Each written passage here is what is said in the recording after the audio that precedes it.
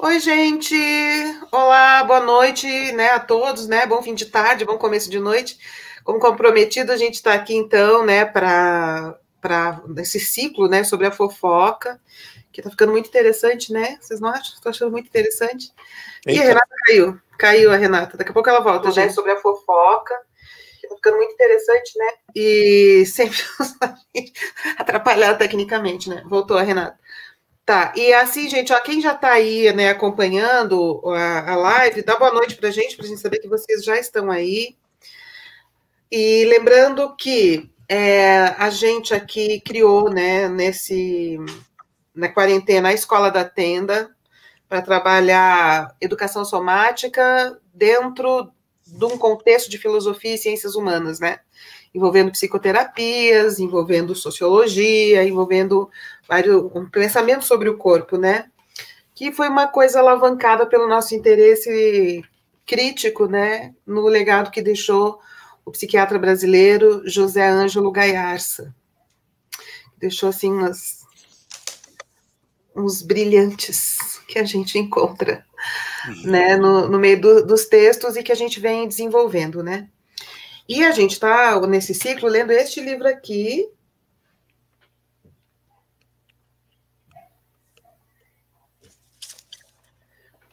o Tratado Geral sobre a Fofoca, o que o Apolo e o Arthur mostraram é a capa antiga, eu estou com a edição nova da coleção da Sumos, que a Sumos, né, está com toda a coleção do Gaiarsa, com esse padrão aqui de capa. O meu é antigo também. E quem quiser conhecer mais sobre o que foi o Gaiarsa para a cultura brasileira, para a mentalidade brasileira, e para a área das psicoterapias e terapias corporais e educação somática, quem quer conhecer, quem é jovem, não ouviu falar, né, embora ele tenha sido muito famoso há algumas décadas atrás, procurem este livro aqui, O Legado de José Ângelo Gaiarsa, que eu organizei com convidados em comemoração ao centenário que o Gaiarsa fez o ano passado, né? Um monte de gente aqui que eu chamei para contar o que experimentou com ele, né? Então, a Regina Favre, o que ela experimentou com ele nos grupos, né? E na mudança dessa cultura, essa virada anos 70, né, da cultura. O Nadish Gaiarsa, filho dele, contou sobre o pai dele virando Gaiarsa. O Fábio Landa conta como que era a clínica do Gaiarsa, lá na Rua Araújo. A Monja Cohen conta como que ele foi o primeiro psicoterapeuta dela, a importância que ele teve como psicoterapeuta dela, na vida dela, na virada da vida dela. O André Gaiarsa, que é um psicanalista sobrinho, conta também do Gaiarsa trazendo a psicoterapia corporal aqui em São Paulo e se transformando num psicoterapeuta da contracultura, da resistência contra a hipocrisia da família pelos bons costumes, né? O Pedro Prado também, que começou a aprender tudo, corpo, né, e subjetividade com Gaiarsa, depois virou fundador da Associação de Hofen no Brasil. A Deise Souza, que também esteve lá com ele, foi a segunda mulher dele, e participou desses grupos, né, dos primeiros grupos do Gaiarsa, quando ele descobre e se transforma no grande pioneiro da educação somática e da psicoterapia corporal no Brasil. A Regina Navarro Lins, que vocês devem conhecer, bastante conhecida, que de alguma forma substituiu o Gaiarsa, assim, como voz pública, né, como voz pop, questionando os costumes autoritários, machistas, patriarcais, né, no Brasil. E o Darcio Valente, que é um psicólogo haitiano do Rio, grande amigo do Gaiarsa, faz um capítulo também muito legal sobre a relação do Gaiarsa com William Reich. E eu encerro o livro com um capítulo falando como que a teoria do Gaiarsa se refere a um corpo brasileiro, né? A um corpo brasileiro. E a apresentação do livro também faz falando da espiritualidade como é que era o imaginário espiritual, né, do Gaiarsa, tá? Então, gente, conheçam esse livro. É uma pena como que o Brasil esquece seus próprios criadores. Vamos lá conhecer o Gaiarsa, tá bom? Comprem este livro. Baratinho, porque ele foi feito em homenagem. A comemoração para todo mundo ter acesso a esse legado, tá? Se iniciar neste legado. E também anotem aí, vou pôr aqui no e-mail para contato, a gente já vai entrar na fofoca, tá, gente? É que eu sempre deixo esses informativos da comunidade para o fim, mas alguém me orienta, não, dá os informativos da comunidade no começo. Então, se vocês quiserem participar dos nossos grupos de estudos teóricos e práticos, mandem um e-mail para contato, vou por aqui, contato.fernandacarlosborges,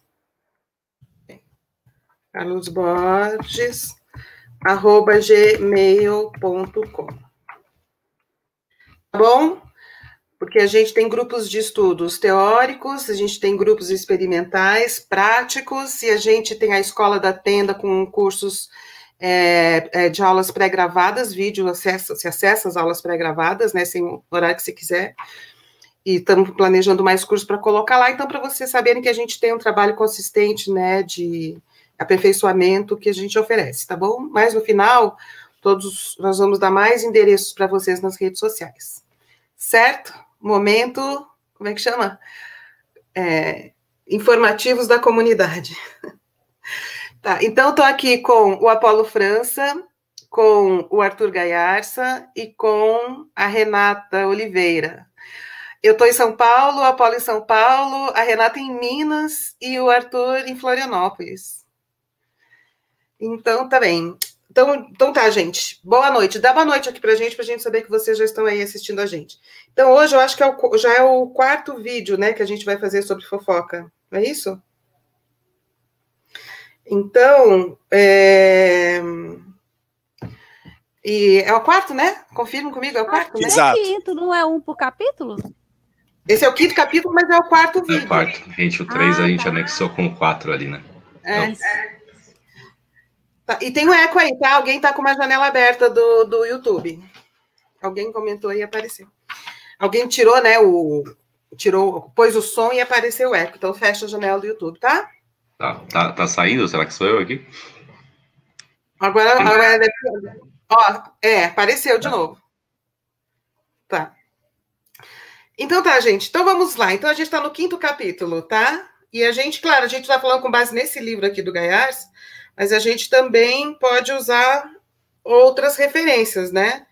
A gente não está aqui só para repetir o Gaiarsa, a gente está aqui para pensar a partir dele, algumas coisas concordar, outras coisas discordar, algumas coisas ampliar, né? Mas ele foi muito genial em aspectos bem sensíveis que a gente vai vendo aqui, vocês vão vendo. Aliás, o canal tem vários vídeos sobre isso, deem uma olhada lá, tá? Então, vamos lá. Então, esse capítulo 5 é a chave do mistério, né? Diz assim, quase todos reagem mal quando um conhecido muda de comportamento ou de jeito. Ele usa muito a palavra jeito, né, que é uma palavra da cultura popular, né, e que eu fiz uma filosofia sobre o jeito, tá, gente? Sobre esse jeito como conceito, né? Aí ele fala assim, reagir mal quer dizer proceder de tal maneira que tende a fazer que a pessoa, com a intenção de mudar, volte ao seu comportamento antigo. Ele fala que isso é uma das coisas que produzem a fofoca, né? Então, com jeitos e com caras, vamos logo dizendo. Aí ele põe uma série, né? O que está acontecendo com você? Você não era assim. Você está diferente. E a cara de surpresa, de condenação ou de perplexidade. Nossa, mas você não era assim, né? Eu não estou reconhecendo, você me preocupa, não sei o que há com você, você está tão diferente, né? Aí ele fala, as coisas se passam como se um móvel da minha casa amanhecesse de repente com outra forma. E a gente fala tanto sobre coisificação, né, reificação das pessoas, isso de alguma forma é uma coisificação do outro, né? Tratar o outro como objeto não é só fazer uso sexual, né, como geralmente a gente fala, né, as mulheres como objeto, mas é quando você trata o outro como coisa, né, como algo previsível, sobre algo sobre o que você tem total controle, que você tira de um lugar e põe no outro a seu bel prazer, né, isso é coisificar o outro, né. Aí ele fala, como se uma cadeira virasse mesa ou mudasse de lugar por conta própria, né, então você está tratando o outro como uma mobília, como uma coisa, está coisificando a pessoa. Aí ele fala assim, a mudança do outro me desorienta e compromete o nosso relacionamento usual. Então ele está dizendo assim, ó, vamos supor que você tenha sempre a mesa da sala ali em tal lugar. Aí você faz lá uma mexida, você muda a mesa de lugar, isso te modifica a tua relação com o espaço. Ele fala, ó, isso acontece, né? Você está dizendo que a pessoa, quando ela muda, ela também desestabiliza o modo como você está acostumada a se orientar, a se mover e a lidar com a presença dela ali, né? Eu não posso mais fazer com ele como sempre fiz. Sua mudança me obriga a mudar. Um pouco antes, as coisas estavam todas nos seus lugares, e eu podia caminhar sonambulamente de uma para a outra, sem prestar atenção. Agora que ele mudou, tudo fica incerto. Precisamos que as coisas estejam sempre no lugar para nos sentirmos inconscientemente seguros. O outro não pode mudar, porque isso me perturba. E em vez de dizer assim, tento convencer a mim mesmo e aos demais que o estabelecido ou costume é sagrado, são as leis naturais ou divinas imutáveis. Então tá, vamos lembrar que o Gaiarsa está escrevendo isso anos 60, 70, certo? Então, tem um movimento ultraconservador, Família com Deus pela Liberdade capitalista, né? TFP, Tradição, Família e Propriedade, e o movimento de contracultura acontecendo paralelamente, certo? É nesse contexto que ele diz isso. O capitalismo depois deu uma mudada, né? O capitalismo começou a exigir muitas mudanças. Se adapte, mude e tal, né? Então tem uma... Eu acho que era uma questão que você queria colocar, né, Renata, quando a gente comentou antes de abrir aqui.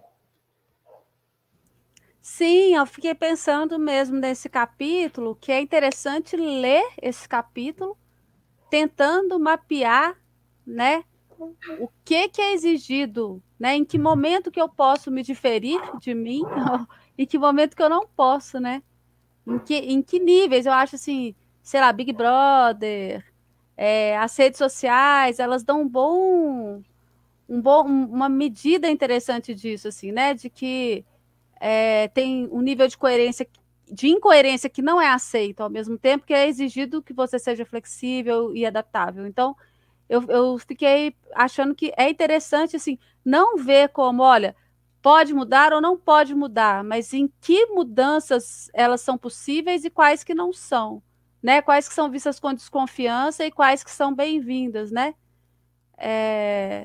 Eu achei que é legal ler esse capítulo pensando um pouquinho nisso, problematizando isso. Boa. E também, assim, achei esse capítulo muito bom também, lendo hoje, assim, porque ele também diz muito sobre hoje, né? A Fernanda traçou o momento histórico que ele foi escrito. Tá ruim o áudio para vocês? Não? E ele é muito parecido com agora, ainda mais essa semana tensa, né? Que a gente tá na expectativa de saber como será a semana que vem, mas também trazendo assim um monte de ideia ampla, discutida como se fosse uma técnica individual, um método individual, porque ele vem falando aqui de todas as estruturas que existem na família, né, que impedem a gente de mudar, que ele está falando sobre isso, muito parecido assim com o que as pessoas falam, por exemplo, de repetir padrões, né, o pessoal da constelação familiar também, né, de que quando você se aproxima dessa estrutura, ela tende a te colocar nesse mesmo lugar, porque senão todo mundo tem que mudar. Acho que todo mundo tem filho aqui também, né? E a gente entende também a dificuldade de sair dessa repetição, né? Porque os filhos nos obrigam a mudar a muito momento, até o limite de que você não quer também mudar, e aí quem tem que mudar é ele, né? E aí a gente está preso nisso. Então ele coloca isso de uma forma muito clara, assim, né? Como o Gaiarsa fala como a mente, né? Ele vai comendo a mente, porque você lê o texto aqui, todo mundo se reconhece, né? Não tem como não, né? O que está acontecendo com você? Você está mudado, né? Quem nunca ouviu isso na família, né? De repente você chega lá, você está mudado, o que aconteceu? Aí você não come mais carne? Aí, mas por que você não come mais carne? Porque, né, cada vez que você muda, você obriga a pessoa a se questionar sobre o jeito que ela continua, né? E essa estrutura é muito rígida. E também acho que a Fê falou ali da coisificação, e isso diz sobre como a gente aprende também dentro da família o sentimento de posse na relação, né? É o meu filho, é o meu pai. E o meu filho mais novo é assim. O meu filho mais do meio é assim. O mais velho é assim. E depois você corre a vida inteira tentando fugir ou tentando cumprir com essa projeção que foi feita em cima de você, né? Então, acho que ele é muito forte. E desse lance que ele fala no final, né, ali, precisamos de que as coisas estejam sempre no lugar para nos sentir inconscientemente seguros. Depois ele vai abrir para falar de conservadores, né? Mas essa necessidade também de que a cadeira sempre esteja no mesmo lugar, de que a mesa sempre esteja no mesmo lugar, porque para você não precisar abrir o olho, né? Porque qualquer coisinha fora do lugar é uma topada no dedinho, né? Para um grande conservador, né? Você não, nossa, o cara colocou o Toddy antes do açúcar no meu Nescau. Não acredito, né? Assim, o cara se frustra por toda mudança, qualquer esboço de mudança, assim, né? Tem mais esse parágrafo que vem depois, ele é muito bom. Você quer comentar agora, Paulo, eu leio esse trechinho? Tá sem áudio. Depois, porque eu acho que ainda vai aparecer no texto o que eu peguei e o que eu quero comentar. O Arthur já deu a entrada aí no tema, mas eu quero falar um pouquinho depois. Obrigado. Não, aí ele diz assim, ó, os preconceitos de dado grupo são a expressão verbal do esforço comum de conservar para sempre a estrutura das relações sociais. Né? Que é mais ou menos, gente, agora extrapolando, né, que é quando, por exemplo, o ministro da Educação, né, diz que a faculdade não é para todos, né? Então tem algumas pessoas que sempre tiveram e devem sempre ter acesso ao ensino superior. Outras pessoas nunca tiveram e nunca devem ter, vão fazer outra coisa, que não é o curso superior. Então, assim, quando a gente fala conservador, a gente não está falando só de pureza sexual, né? Quando a gente fala em conservador, a gente está falando de conservar algumas relações de dominação, algumas relações de poder, algumas relações de controle, né?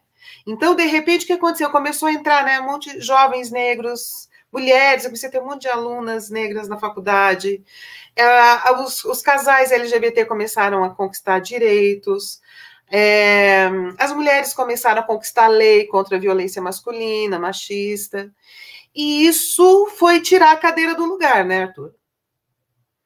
E aí começa um movimento reacionário, né, dizendo, põe a cadeira no lugar, topei com o meu dedão aqui. Poxa, que coisa chata esse negócio politicamente correto. Vou perder os meus direitos héteros. Vou perder o meu direito hétero, vai estragar a família, porque, tipo assim, porque agora nunca teve gay antes, certo? Nunca houve homossexualismo, assim, agora que vai estragar a família. Vamos né, assim, o medo que existe aí, né? E nesse parágrafo na escola, Desculpa, na escola, isso era muito comum, assim, né? Que se ninguém muda nada, os problemas são atribuídos à crise da educação. Né? Então, o tempo inteiro educação em crise, tudo é lido com essa lente de educação em crise.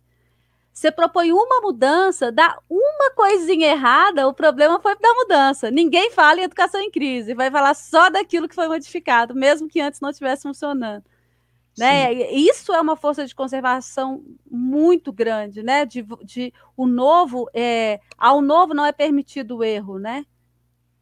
É toda a repetição dessa mesma estrutura da família em dimensões outras, né? É a mesma reprodução, né, dessa estrutura que não permite a mudança, que é o tipo de relação, né, no final, que a gente aprende a fazer essa dinâmica de relações, né?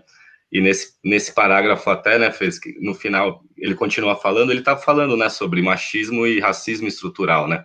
Com as palavras dele, mas é isso que ele tá falando. Eu achei muito bom esse parágrafo, ele fala assim, tudo tem de ser como sempre foi.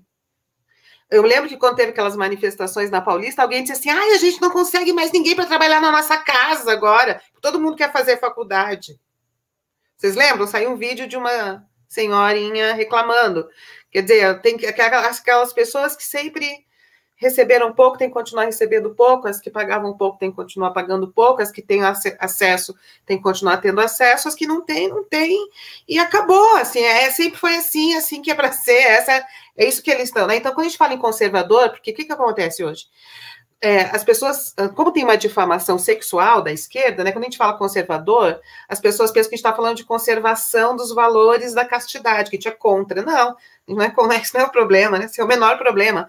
O maior problema é a conservação das relações de dominação e das relações de poder, que está no machismo, que está no racismo, que está na branquitude, que está na colonização, que está, né, nessas dimensões todas, né? E está na heterossexualidade autoritária, violenta, que faz do Brasil o país que mais mata homossexuais no mundo, né? Então, tudo isso... Então, são os micro...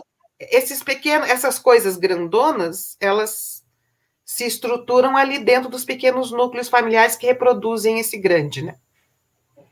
Queria pedir só para sublinhar essa frase, porque eu acho que ela diz muito isso que você está dizendo, né? Você leu ela, mas só sublinhando, né?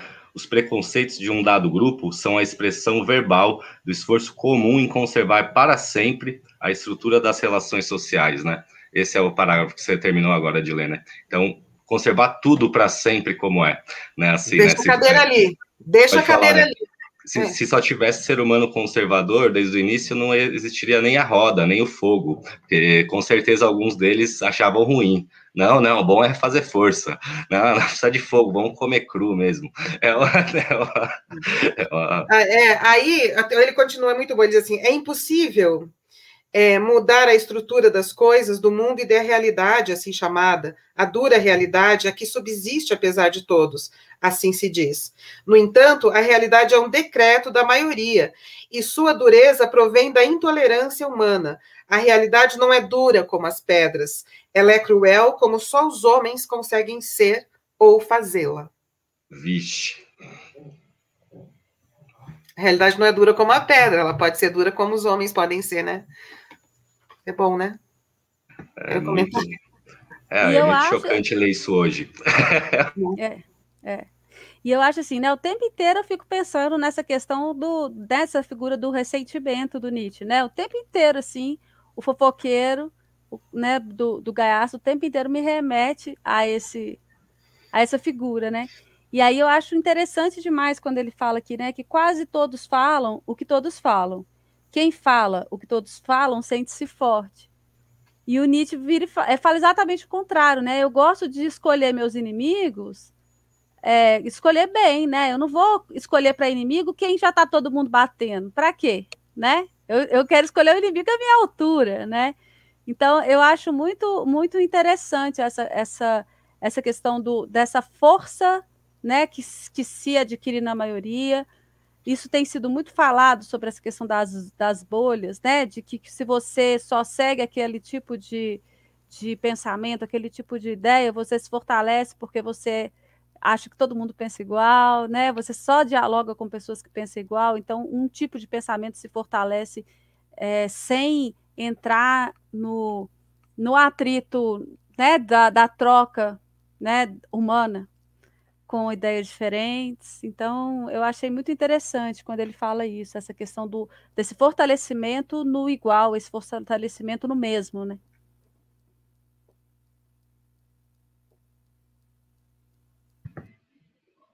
E aí, olha só, o Antônio Teixeira comentou aqui, bem-vindo, Antônio.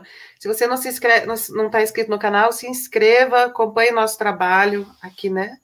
Compartilhe nosso vídeo. Bem-vindo, Antônio. Olha só, aí mais para frente, eu pulei aqui os 2 parágrafos, ele diz assim, ó, a maior vantagem do cidadão normal, quer dizer, aquele que se considera a régua para todos os outros seres humanos, né, do universo conhecido, né, que é aquele que vai controlar essa mudança, né, o que vai conservar a mesma coisa, e vai usar a fofoca como instrumento de controle, né.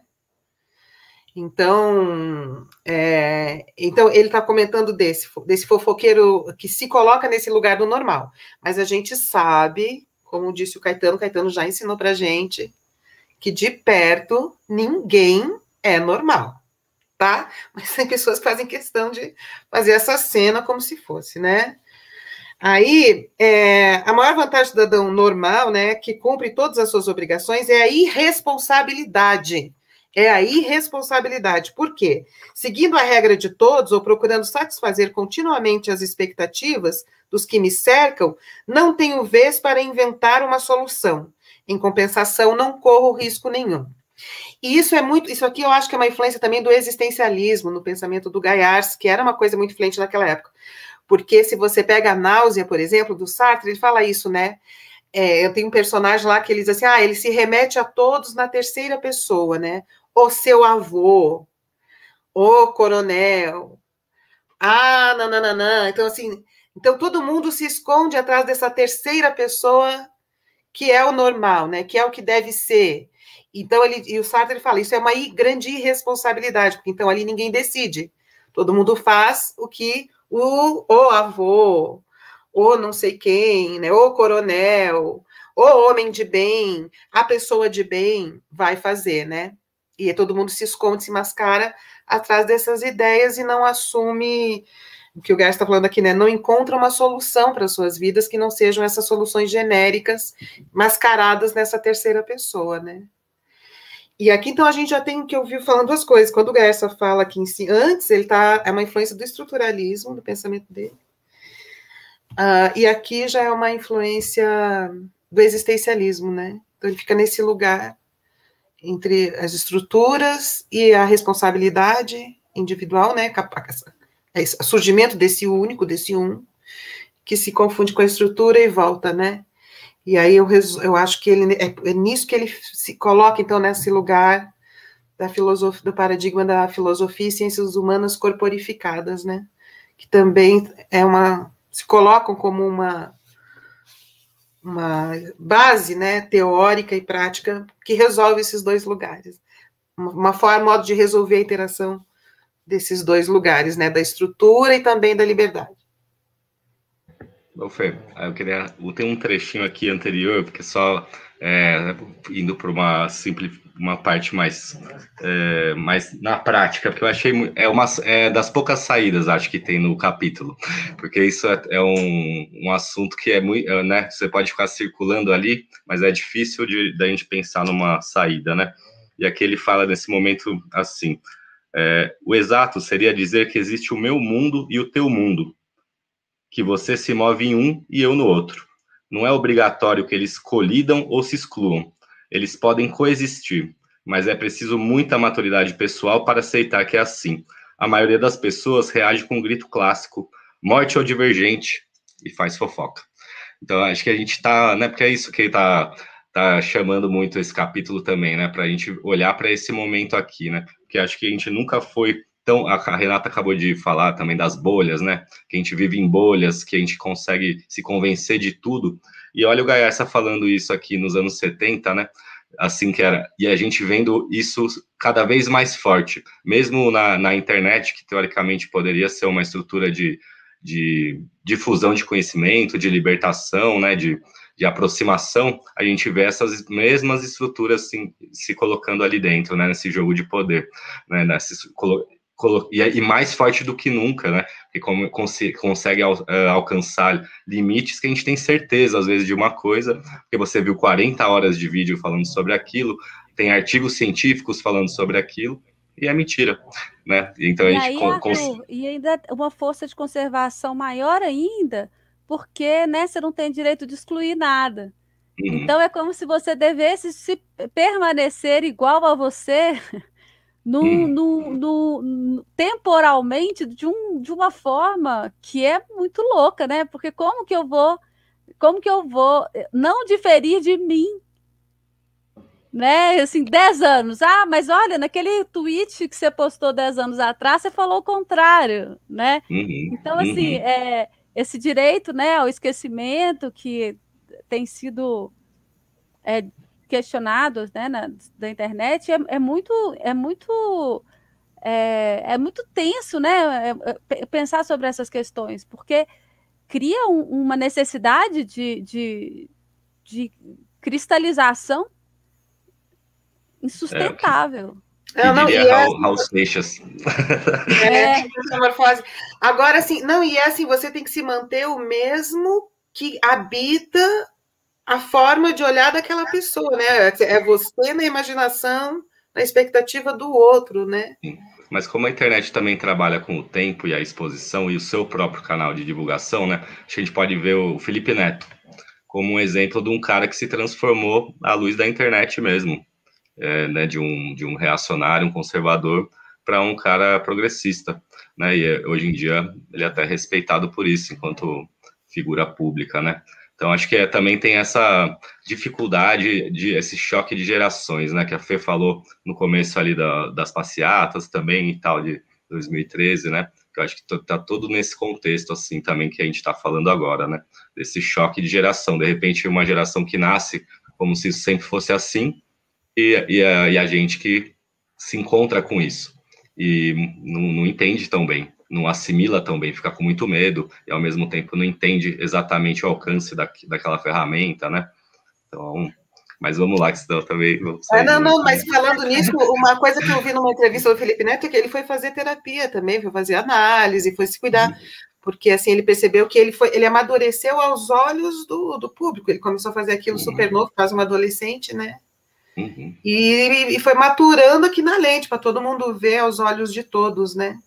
E saiu do mundo dos jogos ali, né? Que é um outro mundo que essas gerações, que é a nossa para cima, não sabe o que é, né? Que é um universo enorme, também com potencial gigante, educativo, mas desperdiçado, né? Na mão de quem quer, né? Porque pouca gente está ali. Aí, gente, olha só, tem o pessoal aí aqui acompanhando, eu queria tanto conhecer vocês aqui Antônio no canal. Está sempre nas minhas práticas ali, grande Antônio. Tá vindo de lá, Antônio? Mas tem mais gente aqui, eu queria tanto que vocês dessem boa noite aqui pra gente, como fez o Antônio. Comentem se vocês acham que se você está passando coisas pela cabeça de vocês que nós não comentamos, tragam, eu coloco aqui o comentário de vocês, a gente discute, a gente gosta de conversa. A gente não gosta muito de monólogo, assim, de quem diz tudo, né? A gente gosta desse pensamento que circula nesse jogo da conversa, do afeto, né? Pensamento mesmo, isso é pensamento, né? Então, vamos lá. Aí, ele continua e diz assim, ó... Quem faz, como sempre fez e como se espera que seja feito, não corre o risco de errar. Os outros o compreenderão sempre e apoiarão. Mas quem não erra não aprende, como é próprio do conservador, que vive, mas não vive, que vive a vida de todos, mas não a própria vida.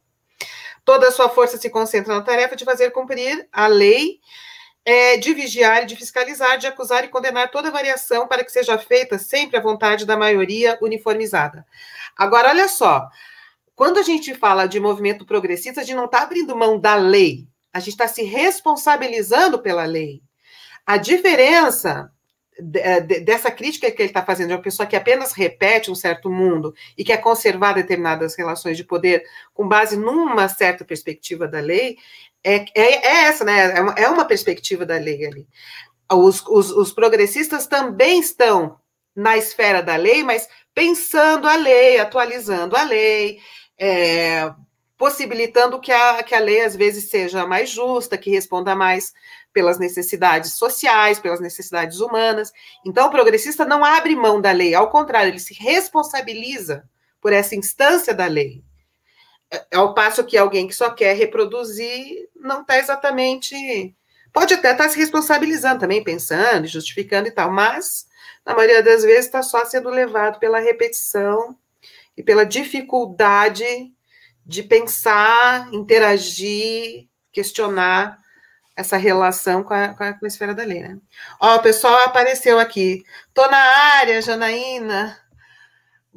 Oi, Janaína, bem-vinda. Sil Alvim, boa noite, queridos, digerindo aqui. Ai, adoro quando vocês comentam. Fê, olha só, eu acho que o Garça toca numa questão muito legal aqui, que é a índole das pessoas, né?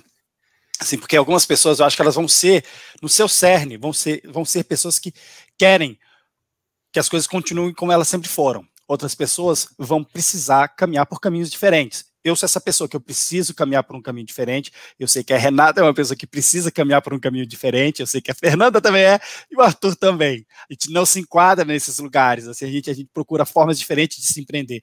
Eu lembro de quando eu tinha 18 anos, né, 18, 17, eu fui fazer vestibular, os meus outros amigos de 18 anos, eles já tinham certeza de tudo. Sabe, assim, e com 20, 25, 30 anos já tinham casa, já estavam fazendo um monte de coisa, comprando a segunda casa e fazendo um tanto de coisa que, assim, legal para eles. Só que dá para você ser conservador e respeitar quem é diferente. O problema é quando você quer que todo mundo seja conservador. Porque quem inova é que vai colorir essa sociedade. Quem faz de diferente é que vai colorir essa sociedade. No começo, como o Arthur falou aí, o pessoal tinha medo que os carros que viajassem a mais de 20 km por hora fossem destruir a saúde humana. O pessoal tinha medo de andar de carro, né? Aí os futuristas mudaram isso aí. Então, fala assim, o Gaiarsa coloca aqui nessa questão uma coisa muito legal, que é a responsabilidade de você não ser dono do seu destino. Digamos assim, todo mundo na minha família estudou medicina, eu vou estudar medicina.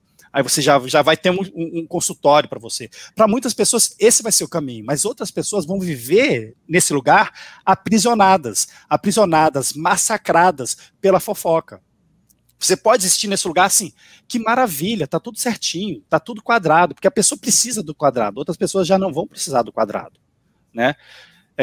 A minha comida eu gosto sempre do mesmo jeito, mas o meu jeito de viver é doido.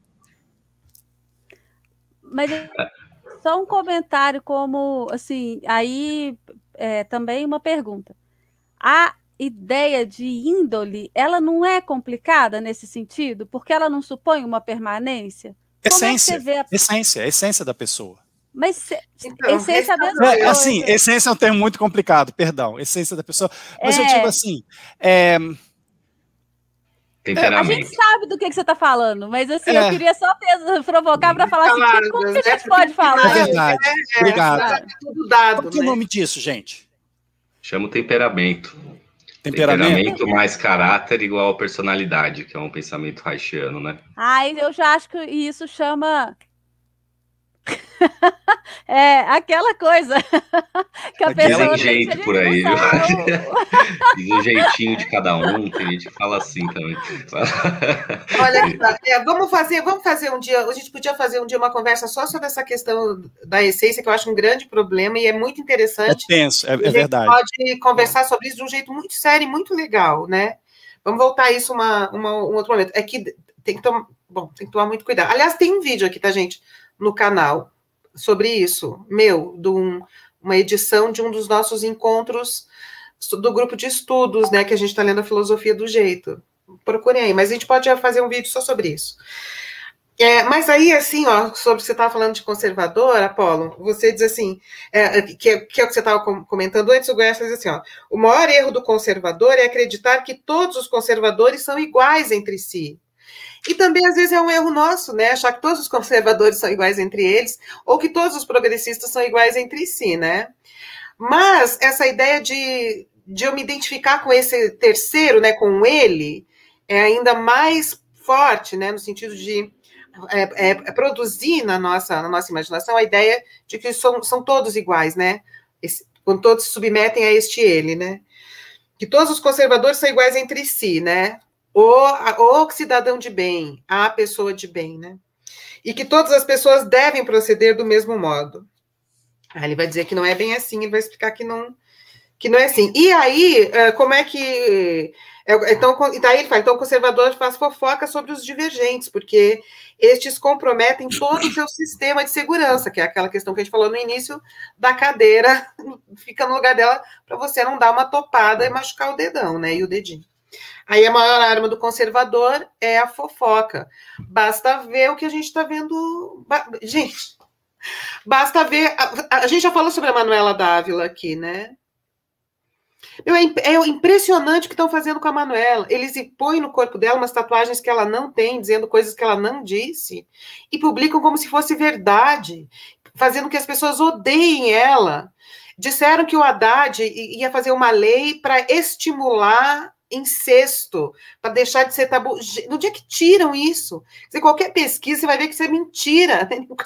Mas assim, o fofoqueiro, né, o conservador, usa esse pavor, né,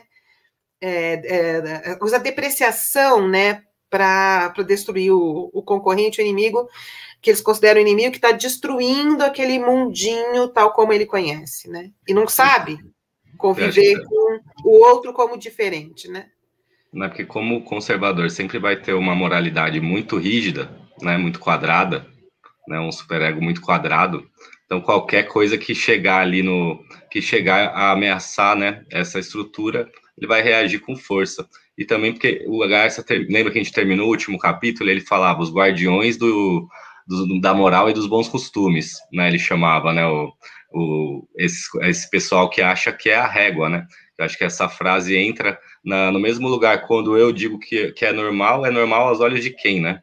Quem determinou que essa é a norma, né? Que essa é a régua, né? E acho que está muito ligado a essa certeza, né? De que eu sei o limite moral certo. Eu sei. Para todos. Você, exato, eu sei. Você é a régua. Eu sou tudo. Um homem do bem.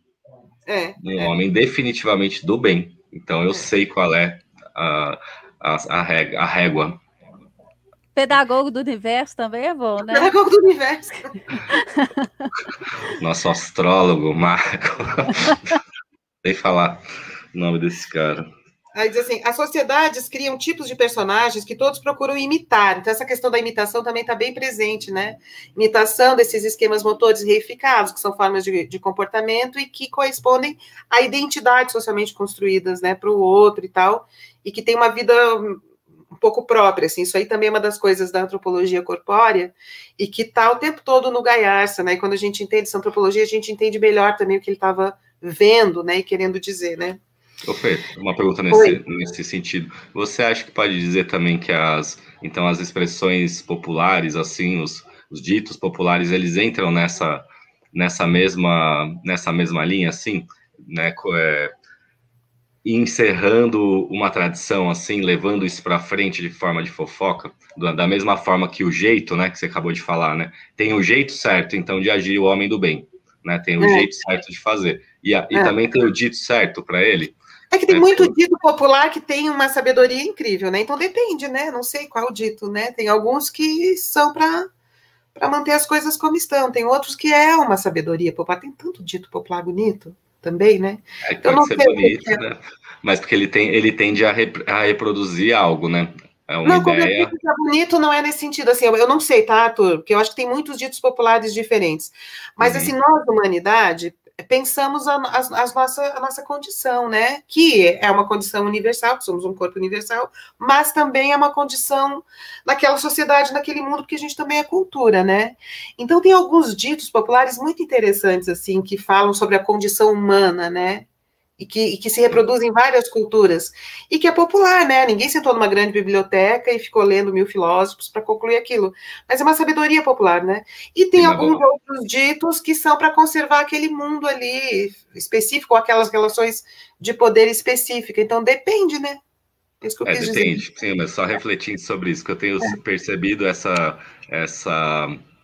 o dito popular vem com uma expressão também, carregado de uma expressão, que todo mundo incorpora, e é um lugar de segurança que eu tenho visto muito forte, assim, né, porque a gente trabalha muito com grupos e tal, né, e você percebe que quando a pessoa muitas vezes sente-se insegura frente à câmera ou grupo, joga um dito popular, ou numa entrevista de televisão, joga um dito popular, porque é uma forma de você não errar, assim, né, porque o dito popular é uma verdade universal, teoricamente, porque a gente não reflete sobre isso que eu tenho me questionado, até que ponto eles são, bonitinhos e tal, ou até que ponto eles são a própria fofoca em movimento também, que nem toda fofoca é ruim, né, Fê? Não tô crucificando os ditos, só tô questionando. Tenho visto isso com muita frequência. Sabe o que eu sugiro que você deveria fazer? Atrás disso, né? Os grupos pegam um caderninho e anotam esses ditos. Aí um dia a gente pode fazer uma série só sobre esses ditos, né? Fernanda, mas você contrapôs a sabedoria popular ao conservadorismo? Tipo assim, só é sabedoria popular se não for conservador. Assim, ficou um tom assim do que você falou.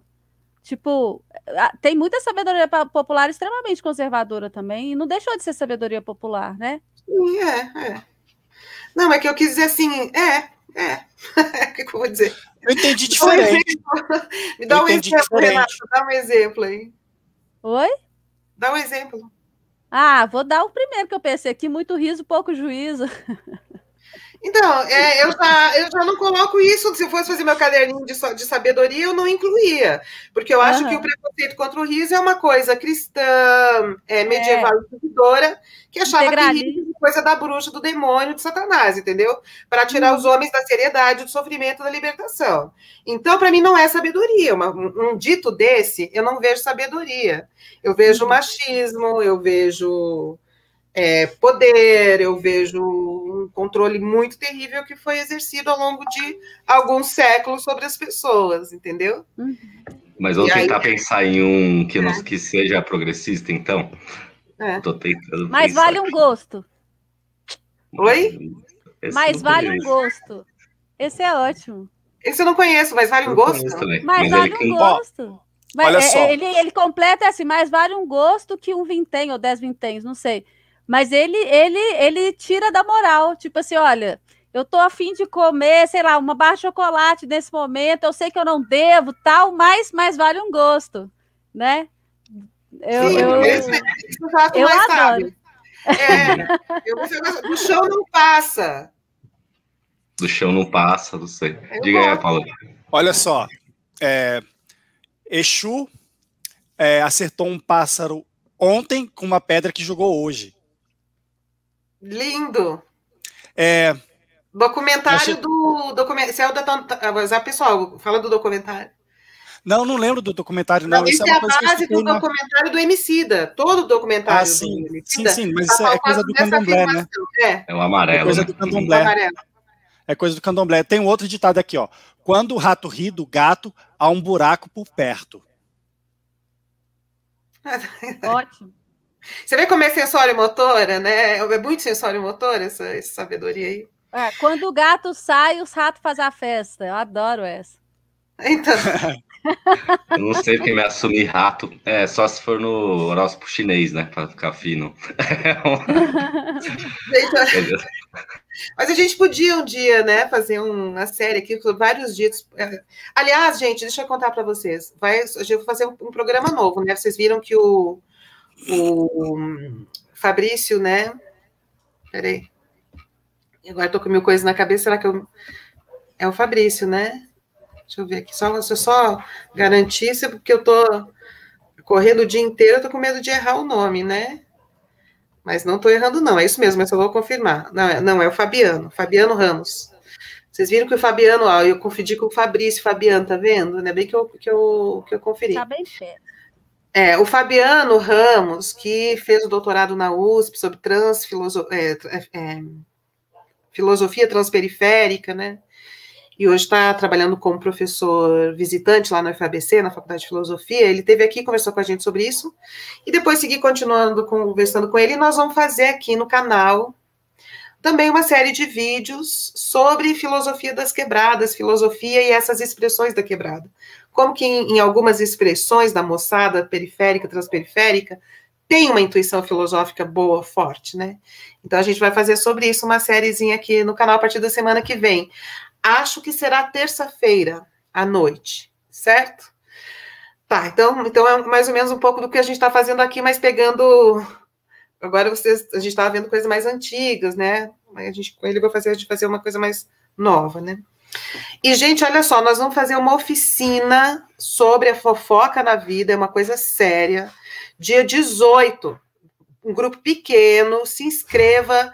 Aqui no descritivo do vídeo está lá um link para você se inscrever e vir conversar comigo sobre a possibilidade de fazer essa oficina dia 18, que a gente vai falar do que você fez com a sua vida, levando em conta a fofoca, né? A situação de fofoca na qual a sua história foi envolvida em vários momentos. Ninguém escapa disso, né? Pode ser da família, dos pais, na sua vida depois como adulto, a gente está sempre lidando com a fofoca e fazendo alguma coisa com a nossa vida em função da presença poderosa da fofoca, né?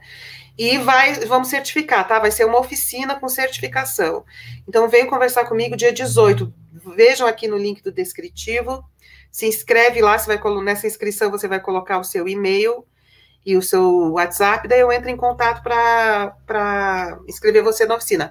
Poucas pessoas, eu não quero muitas pessoas, porque eu não quero que fique muito dispersivo, eu quero poucas pessoas nesse grupo do dia 18, tá? Então se inscreva para garantir a sua vaga e a participação, né? Aí a Janaína já falou aqui, ó, a fofoca é sempre um pouco vingativa, também não acham? Calma, Janaína, vamos conversar sobre isso. Vamos conversar sobre isso. Mas antes, só para encerrar o nosso compromisso com a leitura aqui, né? Deixa eu ler mais um trechinho aqui do livro até o fim, daí a gente abre e entramos na questão que você está colocando, tá, Janaína? Certo, gente? Aí ele diz assim, ó. Aí ele fala assim, não falamos só da sociedade em geral, né? Da gente incorporar esse terceiro, né? é termo bastante confuso. Aí ele diz, aí que vem as questões do micropoder, dos campos sociais que o Bourdieu falava, né? Dos micropoderes que o Foucault falava, ele fala, falamos das pequenas sociedades das quais cada um faz parte, a família, os amigos, o trabalho, a turma, o bairro, a vizinhança, né? Em cada uma delas existe o jogo dos tipos ideais e dos tipos negativos, os mocinhos, os bandidos, né? Nesse contexto, todos os cidadãos de cada mundo se dividem pelo menos em duas metades, a metade boa, certa, normal, natural, né? Que acredita estar identificada com os ideais, com os melhores ideais, né? Em que se vive preconceituosa quadrada, né? Olha, ele está falando isso nos anos 70, contra tradição, como é que fala? Tradição, família e propriedade, cidadãos do bem, pela liberdade a favor da ditadura, né? E nesse contexto, é contra essa turma que ele está falando.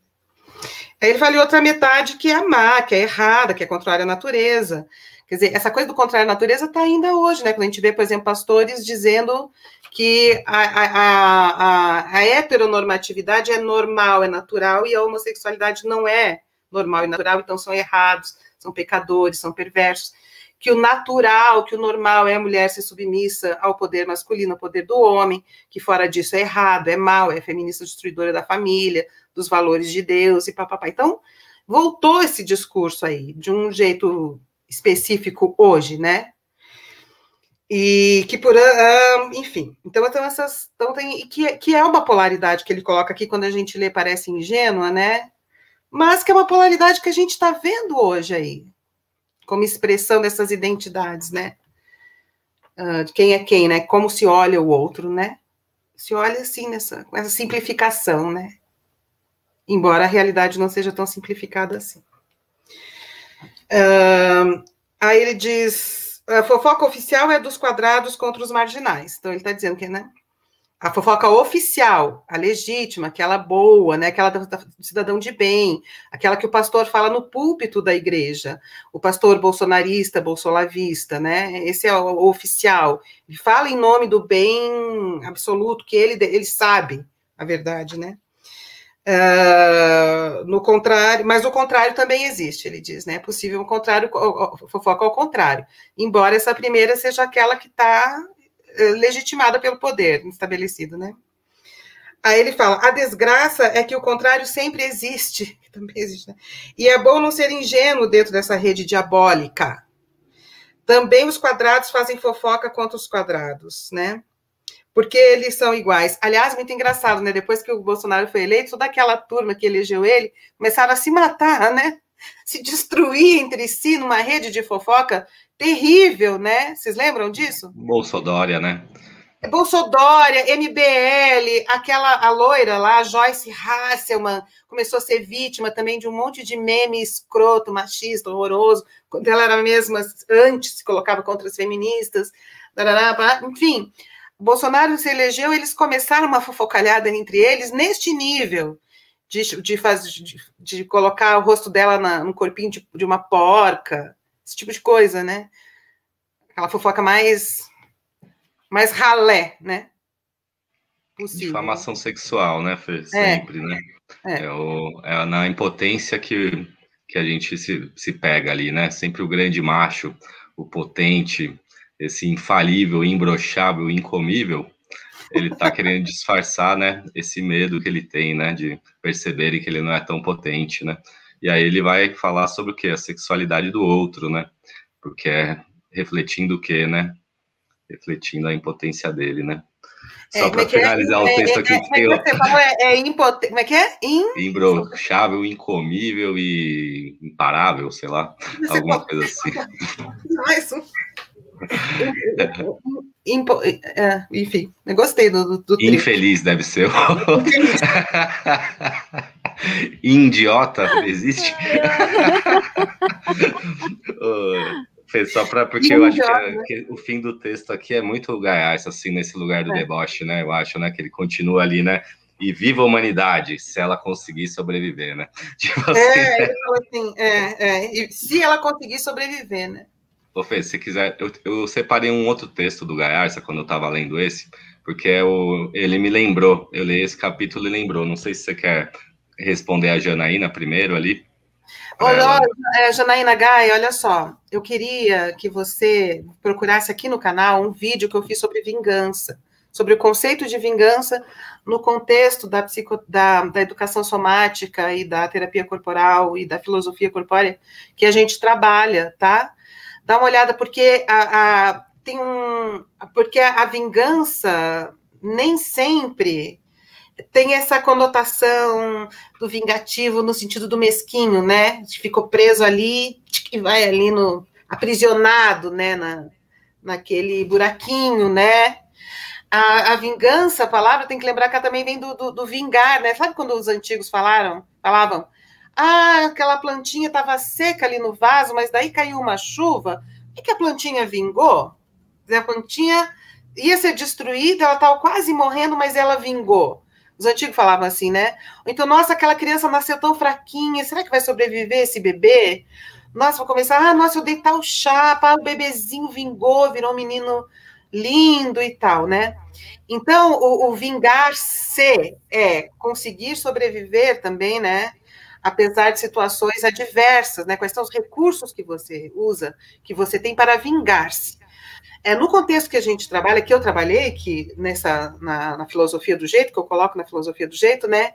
É que também eu tenho uma relação com o Oswald de Andrade, né? Quando ele fala Oswald de Andrade fala da vingança como um pensamento primitivo, original, né, sul-americano, do direito de resposta, que influencia o senso de justiça moderno, depois dos descobrimentos.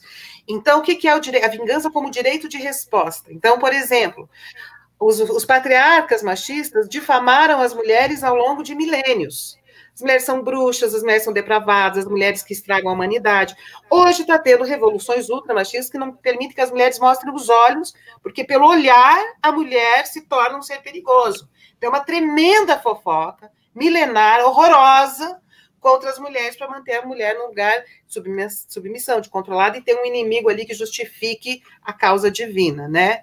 Isso, vários lugares do mundo, inclusive aqui no Brasil, tem isso. Então, o que seria uma vingança para as mulheres, né? A vingança é direito de resposta, que é o que eu estou fazendo.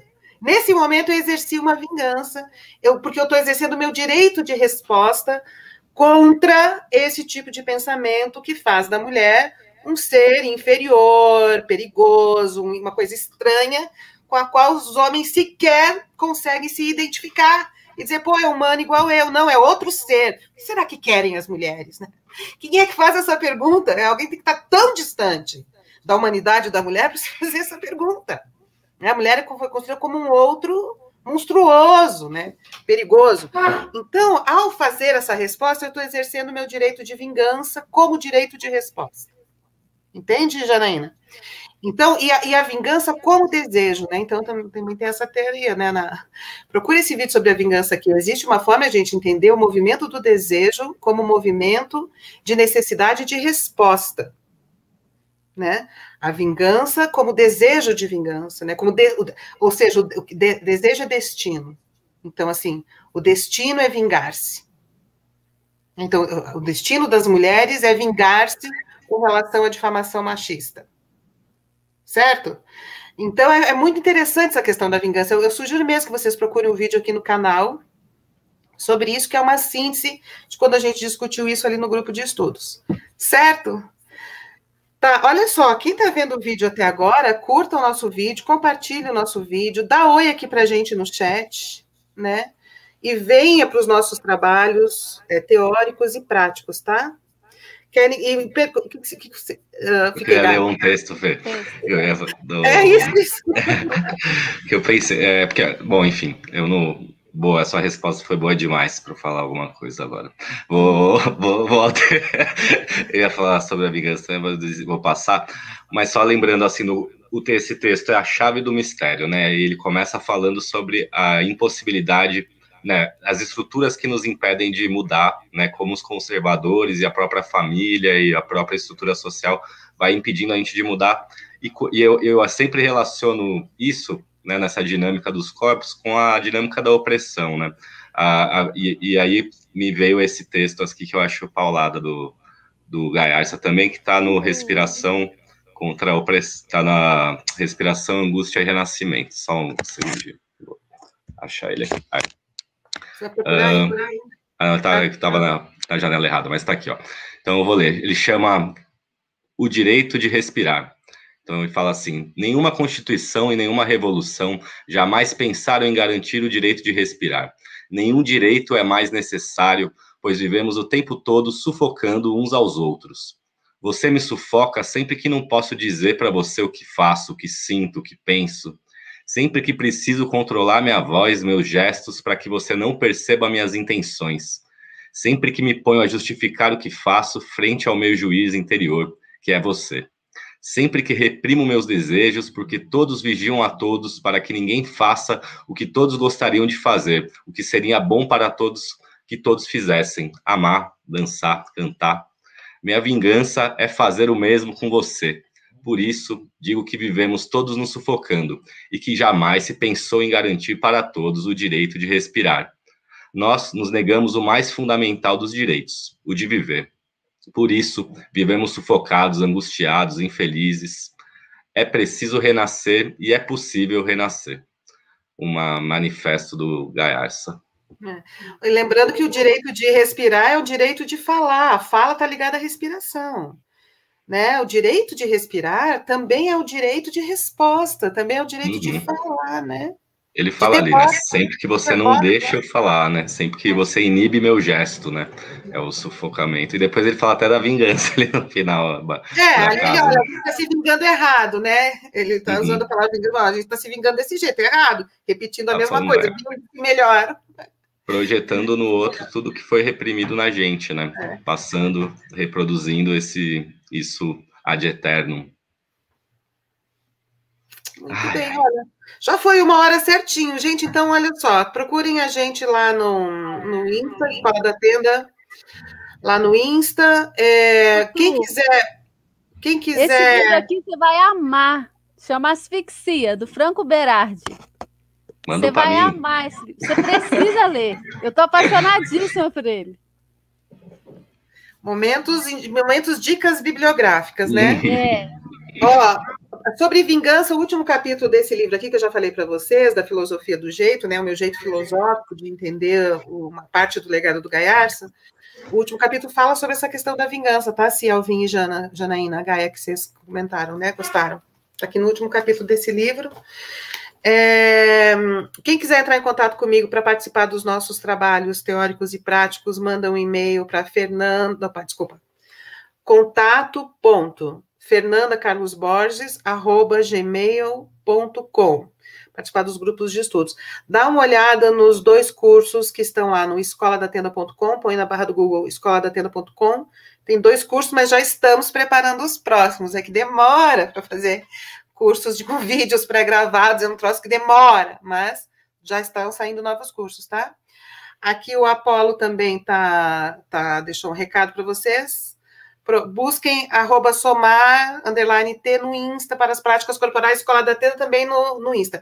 Gente, o Apolo está criando, a gente vem criando já há alguns anos, um sistema de práticas, chama Corpo Tenda, que tem com base essas teorias que vocês estão conhecendo aqui com a gente, e essa teoria sobre o corpo, né, essa teoria sobre subjetividade. Então, a coisa está saindo, está muito bonito esse trabalho, né, então, e o Apolo vem da área da dança, da luta, ele está organizando isso de um jeito super interessante, participem 1 vez por semana dos grupos que ele está criando para fazer isso. Daqui a pouco vai ser um curso sobre isso também na Escola da Tenda. E a Renata... Gente, queria só dar um... Posso? Olha só, a Renata vai dar um curso sobre a história da concepção de corpo, das concepções de corpo no Ocidente, já que é de corpo que a gente trata aqui, né? E o Arthur também tem convites e endereços para dar para você. Sim, eu queria falar só uma coisinha também, porque hoje é 1º de setembro, e esse mês, né, é o Setembro Amarelo, que é para a gente falar sobre prevenção ao suicídio. Acho que é um tema que deve ser discutido amplamente, é um tabu muito grande, mas não sei se vocês sabem, mas é a maior causa de morte já, suicídio no mundo. Então, enquanto tem gente discutindo frivolidades, assim, ninguém está olhando para isso, que é o sintoma de que nada está certo, né? a partir do momento que mais seres humanos se matam do que são mortos, né, num mundo tão violento como o nosso, é porque a gente está num momento muito crítico. E isso porque eu ainda não consegui os dados atualizados depois da pandemia. Alguma coisa está muito fora de ordem, né? Está tudo muito errado, acho que a gente está focando nos lugares muito distantes. A gente tem que se acolher mais, tenho refletido muito sobre isso também, e conseguir, por isso que eu gostei, que eu quis destacar aquela parte do texto até onde ele fala de a gente pode caminhar sem colidir e nem se excluir, né? A gente está muito também, né, nas nossas bolhas e tá difícil para todo mundo, mas a verdade é que esse momento uma hora vai passar e daqui a 5 anos a gente vai ter que estar junto de novo de alguma forma, e as pessoas todas que a gente está excluindo agora das redes vão continuar fazendo parte da nossa vida. Então, trazendo esse tema e também falando que eu tenho também um sistema de educação somática, eu estou parceiro da Fê, ainda não lancei o curso lá, mas vou lançar também. E eu queria dizer que esse mês, então, em comemoração não, mas para chamar atenção para esse tema, eu convidei vários professores para oferecerem sessões de práticas sobre diversos temas nessa perspectiva da educação somática. São práticas que a gente faz pelo Zoom, que é, hoje em dia, a forma que a gente ainda consegue, né, se relacionar, e são pessoas todas com esse olhar amplo, de corpo-mente integrado, assim, né? Então, a gente vai ter aula de dança, vai ter aula de práticas de liberação de tensão, práticas de expressão cênica, práticas para deficientes também, a gente está adaptando. Por favor, nos ajudem, estou convocando também quem se interessar, ajudar a gente a fazer isso, eu e o Herbertinho, meu querido. E ainda vai ter meditação ativa, toque sensível, tantra, tudo isso gratuito. Então, serão duas práticas por dia, praticamente, gratuito, aberto para qualquer um. Então, quem quiser saber mais sobre isso, busca na rede Sobre Ser Corpo. Pode ser pelo Insta, no site, aqui no YouTube, ou fala comigo, Arthur Gaiarsa, que também respondo para vocês. Eu agradeço aqui demais a Fê, a colaboração toda, né, e todo o guarda-chuva que ela dá para a gente, o conforto de conseguir achar linguagem para descrever tudo isso que a gente quer falar. E ao Apolo e a Renata pela parceria. Espero que um dia ao vivo, gente.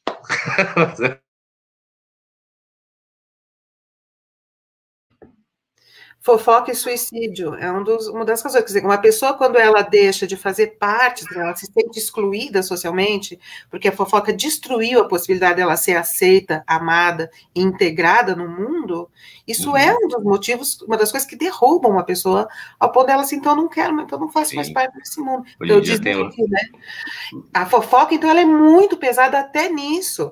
Você vê, quando começou a coisa do celular, de filmar de qualquer jeito, quantas mulheres, né, foram filmadas em situação de intimidade, meninas, jovens, estudantes, e depois cometeram suicídio porque foram expostas nas redes sociais, nuas e etc.